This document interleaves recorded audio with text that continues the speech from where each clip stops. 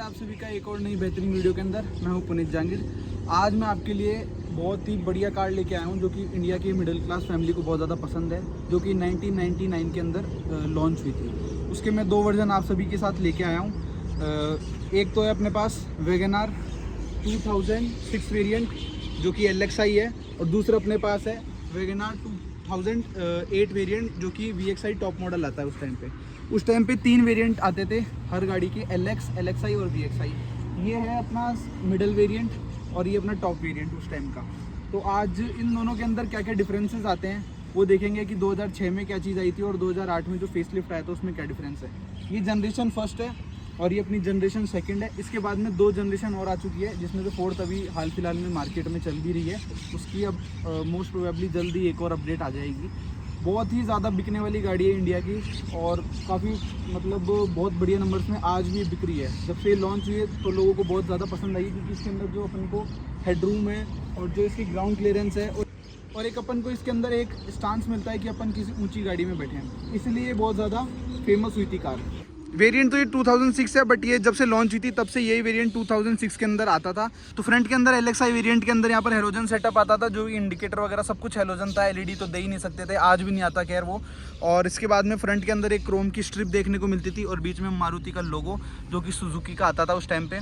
बाकी इसके अलावा फॉग लैम्प वगैरह कुछ नहीं आते थे। यहाँ पर बस थोड़ा सा अपन को एक कटिंग देखने को मिल जाती है, जिससे कि जो डायनामिक्स है वो बेटर हो जाते थे गाड़ी के। साइड में बात करते हैं तो कोई व्हील कैप वगैरह भी नहीं आते थे उस टाइम पे। अलॉय व्हील तो बात की बात है। और जो टायर साइज है वो इसके अंदर R13 का मिलने वाला है, तो 145/70 R13 की इसके अंदर टायर प्रोफाइल आती थी। साइड के अंदर यहाँ पर इंडिकेटर वगैरह आते थे। बात करते हैं उसके फ्रंट फेसिए की, तो वैगनआर 2008 वेरिएंट के अंदर अपन को यहाँ पर अलग डिज़ाइन देखने को मिलता था, जिसके अंदर यहाँ पर इंडिकेटर्स के लिए स्पेशली यहाँ पर ऑरेंज कलर दिया गया था हेडलाइट के अंदर। बाकी सेटअप वगैरह पूरा यहाँ पर हेलोजन ही आता था और नीचे यहाँ पर फॉग लैम्प्स का एड ऑन हो गया था इस वाले वेरिएंट के अंदर। बाकी फ्रंट के अंदर यहाँ पर क्रोम की स्ट्रिप जो है उसको एक बेटर लुक दे दिया था। बाकी नंबर प्लेट वगैरह सिमिलर आती थी। इसके अलावा तो कुछ उस टाइम पे खास चीज़ आती नहीं थी। बाकी वाइपर वगैरह यहाँ पर अपने को देखने को मिलते थे, जो कि इसके अंदर भी यहीं पर ही आते थे। साइड के अंदर जो टायर साइज़ था मैंने जैसे कि भी बताया, उसके अंदर R13 था, तो इसके अंदर टॉप वेरिएंट के अंदर भी यहाँ पर R13 ही मिलता था देखने को अपन को, कोई चेंजेस नहीं थे। बाकी जो इंडिकेटर है वो यहाँ पर इसके अंदर साइड में आते थे। इसके अलावा साइड लुक एग्जैक्ट सेम है, कोई डिफरेंस नहीं था साइड लुक के अंदर 2006 और 2008 के अंदर। देखो आप इसके अंदर भी सेम वही साइड लुक है। रूफ रेल वगैरह इसके अंदर भी आती थी प्लास्टिक की, और थर्ड क्वार्टर पैनल भी इसके अंदर देखने को मिलता था। यहाँ पर लास्ट में क्वार्टर पैनल इसके अंदर भी है। बाकी रेयर की बात करते हैं तो रेयर के अंदर काफ़ी डिफरेंस आ गया था गाड़ियों के अंदर। ये LXi वेरिएंट जो है इसकी यहाँ पर देखो आप, रेयर के अंदर डिग्गी के ऊपर यहाँ पर स्ट्रिप आती थी जो कि प्लास्टिक की है, और लॉकिंग सिस्टम यहाँ पर कुछ ऐसा देखने को मिलता था, जो कि आप की से लगाओगे तो ये ओपन हो जाती है। बाकी नंबर प्लेट वगैरह जो है वो नीचे लगती थी। बम्पर जो है इसके कलर्ड आते थे, ये अच्छी चीज़ है। बाकी कई गाड़ियों के अंदर तो आज भी जो है बेस वेरिएंट के अंदर बम्पर कलर्ड नहीं आते हैं। बात करते हैं 2008 की, तो इसके अंदर देखो जो ग्लास साइज़ है उस पर यहाँ पर डिफॉगर आता था। इसके अलावा जो रेयर है वो यहाँ पर कलर्ड ही मिलता था नीचे। बाकी ये जो चीज़ आप देख रहे हो ना, ये यहाँ पर इसके अंदर वर्किंग है, जो कि इसके स्टॉप लैंप है।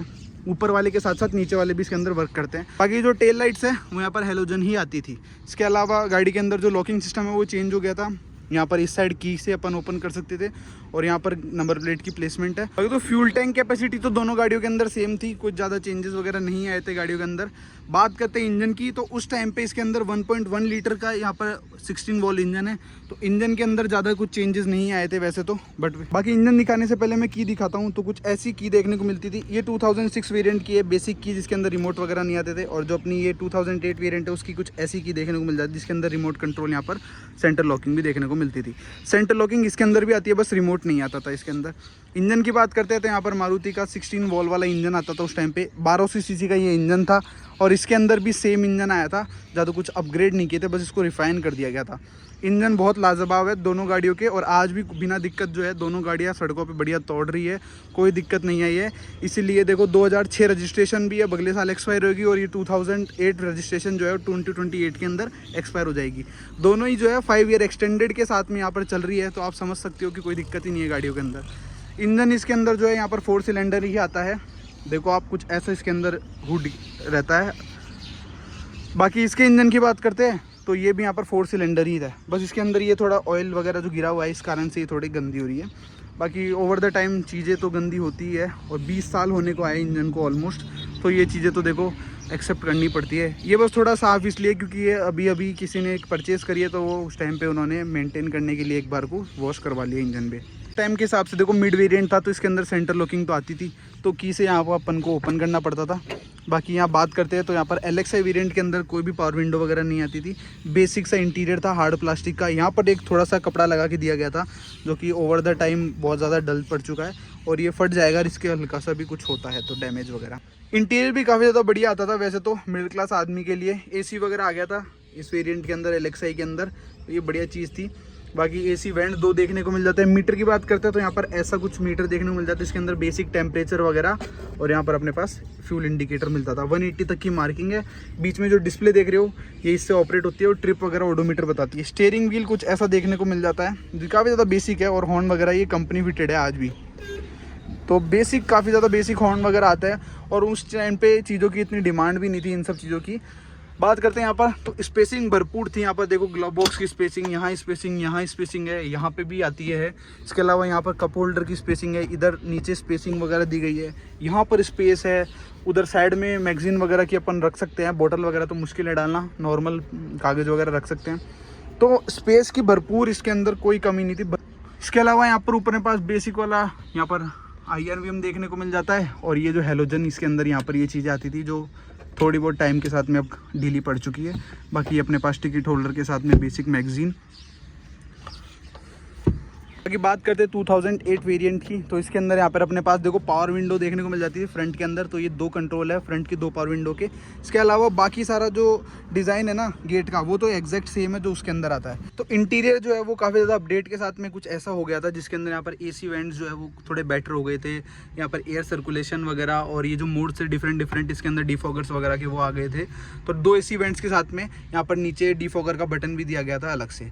और इसके अंदर जो कंपनी फिटेड स्पीकर्स भी आ गए थे, ये तो खैर मल्टीमीडिया बाहर से लगवाया हुआ है, बट इसके अंदर स्पीकर आते थे 2, एक वोरा और एक इस साइड, 2 स्पीकर आते थे कंपनी फिटेड। बाकी मीटर की बात करते हैं तो यहाँ पर मीटर 2 डुअल मीटर आते थे जिसके अंदर एक अपना स्पीडोमीटर है और एक अपना RPM मीटर आता है। इस साइड अपने पास बेसिक इसके इंजन टेम्परेचर और इसके अलावा जो फ्यूल गेज है वो आता है। बाकी जो टॉगल करने का बटन है इससे अपन ट्रिप AB और ओडोमीटर देख सकते हैं। स्टीयरिंग भी बदल गया था, कुछ इस तरीके का स्टीयरिंग आ गया था। और इसके अलावा गाड़ी का ग्लव बॉक्स जो है वो तो सेम था। मेजरली जो चेंजेस आए थे वो इस पार्ट में और इस मीटर में आए थे और स्टीयरिंग के अंदर आए थे। बाकी आप देखोगे तो स्पेसिंग सेम है, यहाँ पर इस जगह भी उतनी ही, मतलब स्पेसिंग की तो कमी नहीं थी इस गाड़ी के अंदर। हेडरूम वगैरह जो है इसीलिए इतनी ज़्यादा लोगों को पसंद आई थी। यहाँ पर इसके जो साइड वाली विंडो है उसके कंट्रोल दिए गए, तो एग्जैक्ट सेम चीज़ है काफ़ी। रियर सीटिंग की बात करते हैं तो यहाँ पर देखो विंडो वगैरह तो है बेसिक आती, तो ये घुमाने वाली विंडो मिलती थी अपन को हाथ से एडजस्ट करने के लिए।